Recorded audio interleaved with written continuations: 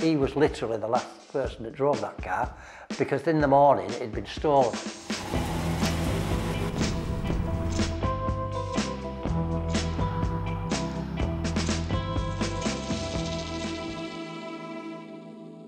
Younger days, I had an MGB, and I was going along the road at a reasonably decent speed, and I looked in this mirror and I saw this Porsche 911 behind me, and it come past me like an absolute missile.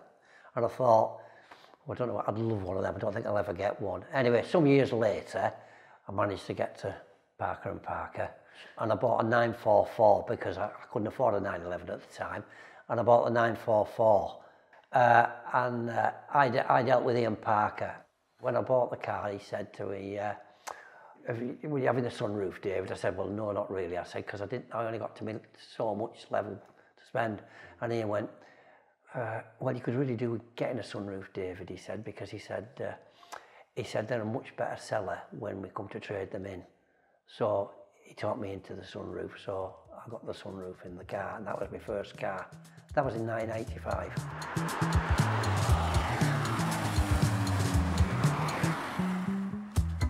So that's what I did, and then 18 months later I took it in for a service, and he lent me a 944 turbo, and that was good for him, not so good for me. The car was great, but he spent more money, but that was a lovely car.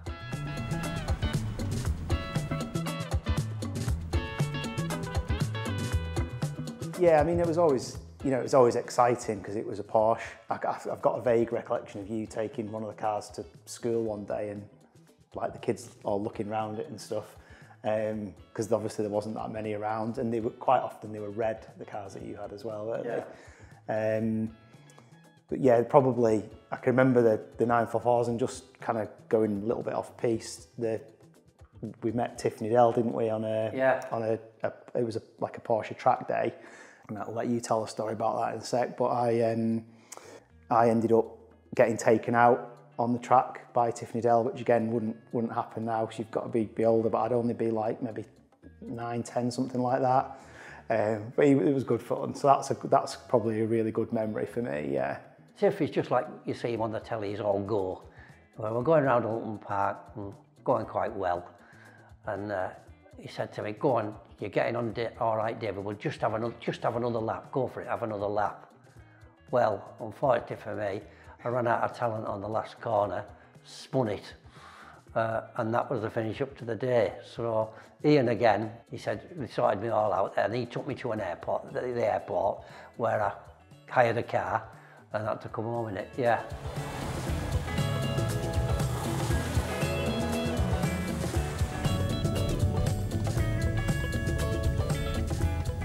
Got a car stolen, and that led me into the 911s. I saw one in the showroom, red one, fabulous. And I said to Ian, can I have that? I like that car, can I have that one? He said, we'll have to speak to Porsche because he's my demonstrator. A couple of days later he rang me up, he said, yeah, the car, you can have it. I spoke to them because you've stolen your car, had a better experience. So that's how I ended up in 911s. I think it was an 89. I seem to remember it being an F-Reg. Yeah. I think it was around about 89. Yeah. I think the model was a G50, but it was the classic kind of air-cooled 911 silhouette with a big massive whale tail on it, didn't it? Yeah. Because I can remember we used to race these 1/10 model cars, and people used to have pit tables to work on the cars, and we just used to put a towel over the wing of the car and use that as a table to pit on. Yeah.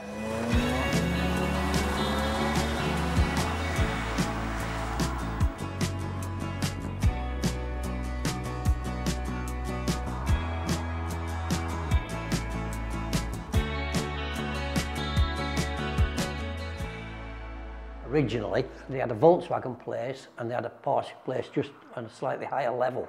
And you used to have to go to the Volkswagen place to get somebody, Ian or another guy called Mike, and then they used to take you up, unlock the Porsche place and go in the showroom, and then they had a little table in there, and you sort of ordered your car and spec'd it up all there.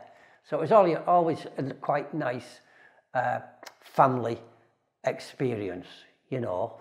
Yeah, so... Well, we used to go up together, didn't we? I can remember going up as a kid and you ordering cars and, you know, sort of doing a deal with Ian on a car, and then usually getting home, getting told off by mum for like either spending too much money or not getting enough money for the car that we traded in or something like that. Yeah, no, I can, you know, I mean, kind of grew up with it really, because whenever there was any, you know, we'd just like go and have a look as you would nowadays really. I guess it's just now the centre's bigger and there's more there. But yeah, I've got fond memories of the old place, definitely.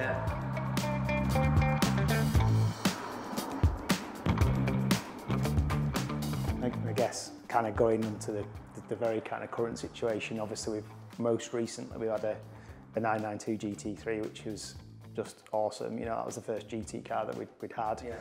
And then onto the GT4RS, which is very recent. So we've not done a huge amount in that car yet, but you know, everybody that you listen to talks about the noise, but that is a huge part of the car, I think, for me. The sound it makes and the sort of speed and the aggressiveness of the shifts.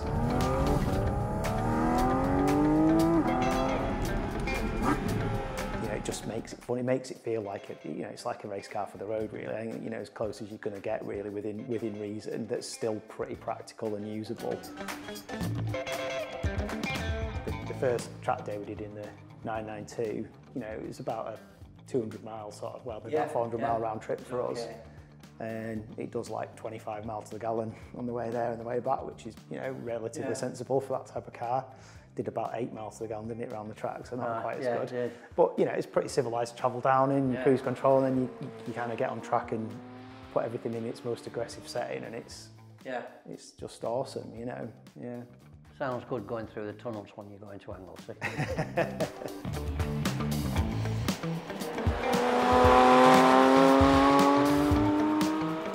We've done the South Lakes, Anglesey track days. We've done three of those now, I think we've done. Which are always really good fun. It's good social, and then we've got a few track days booked again for this year. So in this one, in the GT4RS. So really looking forward to that. Yeah, we've spent a bit of time with Ian and Simon on the track days and things, you know. And they, you know, they all like the cars, don't they? I don't think it's just, you know, obviously it's always Porsche, but you know, Ian will talk quite enthusiastically about different models, and I think we went up to the 70th anniversary, didn't we, this year? We did, yeah. And they had all sorts of different stuff, and I can remember chatting to Ian about, they had a 996 GT2 in there, and he was telling me about his memories of that car, so that was quite, you know, it was quite nice.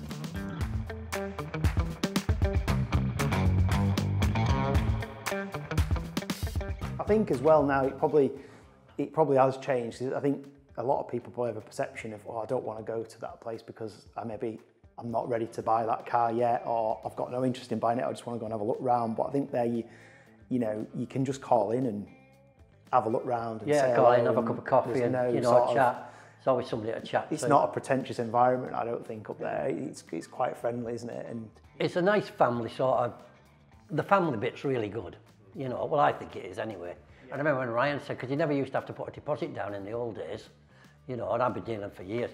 And Ryan said, well, I can't remember, it might have been a McCann, I can't remember what it was now. And he said, oh yeah, we want, it's just a £5,000 deposit. I said, you what? You'd have it as on. No, he said, it's £5,000. No. I said, no, I've never paid one. No, we're not doing that, Ryan. No, he said, you've got to. I said, get the man, go and get him, He said, well, it only, I said, go and get him. So he comes down, I said, hey, what about this £5,000 deposit?